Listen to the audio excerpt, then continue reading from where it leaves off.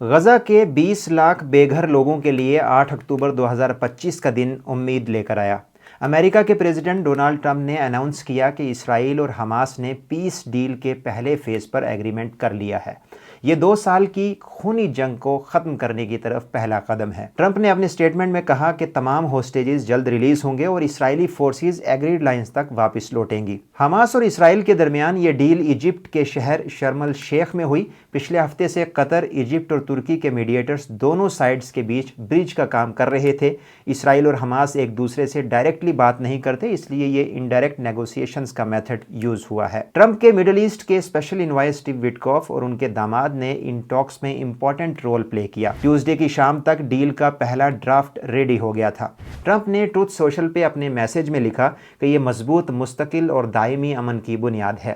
یہ ڈیل صرف ہوسٹیجز تک لمیٹڈ نہیں ہے، ایک بڑا ایکسچینج ہونے والا ہے۔ اسرائیل تقریباً 2000 فلسطینی قیدیوں کو رہا کرے گا، جس میں 250 وہ لوگ ہیں جو عمر قید کی سزا کاٹ رہے ہیں اور 1700 وہ لوگ جو 7 اکتوبر 2023 کے بعد گرفتار کیے گئے تھے۔ اس ڈیل کے under daily 400 trucks humanitarian aid لا رہے ہیں، فوڈ، میڈیسن سپلائز اور بیسک نیڈز وغیرہ۔ پہلے 5 دن کے بعد اس میں اور اضافہ کیا جائے گا۔ ساتھ ہی فلسطینیوں کو غزہ سٹی اور شمالی علاقوں میں فوراً واپسی کی اجازت ہوگی۔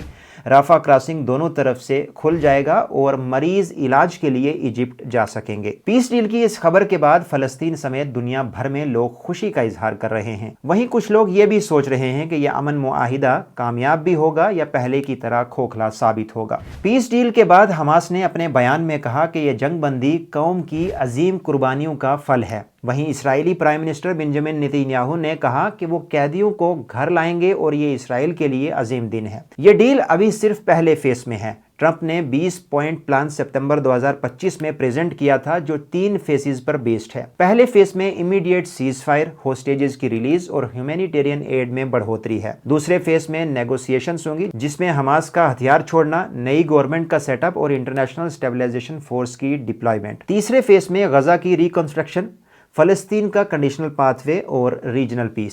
یاد رہے کہ پہلے بھی سیز فائر ہوئے ہیں لیکن فیل ہو گئے۔ جنوری 2025 میں پیس ایگریمنٹ کچھ منتھس چلا لیکن اسرائیل نے دوبارہ آپریشن سٹارٹ کر دیے۔ نومبر 2023 میں صرف 1 ویک کے سیز فائر کے بعد جنگ پھر سٹارٹ ہو گئی تھی۔ اس بار بھی کچھ چیلنجز ہیں جیسے کہ حماس کا ہتھیار چھوڑنا، کیا یہ ممکن ہے؟